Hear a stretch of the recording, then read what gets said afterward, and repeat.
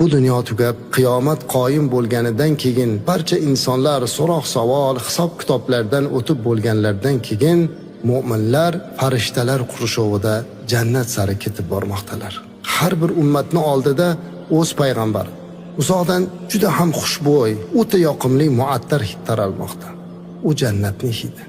Uning xushbo'y ifori 40 yillik masofadan, ba'zi rivoyatlarda 100 yillik masofadan, ba'zilarda esa 500 yillik yoki 1000 yillik masofalardan kelib turadi deyiladi.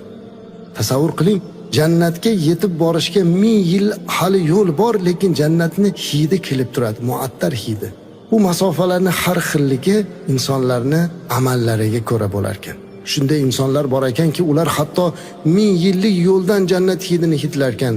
Shunday insonlar bor ekanki, ular 100 yillik, 50, 40 yillik masofadan hidini bilar ekan. Amallarga qarab hidlar bilinar ekan. Mana shu muattar hidlar ila jannat tomon borar ekan. Uzoq yo'l yurilgandan so'ng butun haloyiq jannat eshigi oldida to'planadi. Lekin oldinga borishga hech kim jur'at qila olmaydi. Hech kim. Shunda yig'ilganlar orasidan payg'ambarimiz sollallohu alayhi va sallam chiqarkanlar-da eshik tomon yurib borar ekanlar. Va uni halqasini taqillatadilar. Ichkaridan Rizvon, ya'ni jannat qo'riqchisi, "Man huwa? Kim u?" degan ovoz eshitilar ekan. Shunda payg'ambarimiz alayhisolatu vasallam, "Men Muhammadman" deyar ekanlar.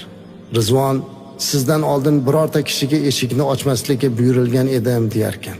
Eshik ochilib, hamma ichkariga kira boshlaydi. Jannatning 8 ta eshigi bor azizlar. Hatto ba'zi rivoyatlarda 13 ta ham deyilgan. Har bir eshikni o'z nomi bor.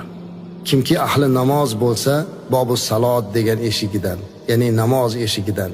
Roza ahli esa Bobur rayyon, rozadorlar uchun ajratilgan eshikdan kiradi. Bu dunyoda ko'p sadaqa qilganlar esa Bobus sadaqa eshigidan kirar ekanlar.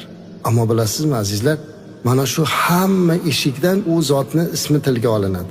U Bobus salot bo'lsin, Bobur rayyon bo'lsin, Bobus sadaqa bo'lsin, bu buyuk sahoba Abu Bakr Siddiq radhiyallohu anhu bo'lar ekanlar. Alloh bizni ham nomimizni chaqirishni nasib qilsin.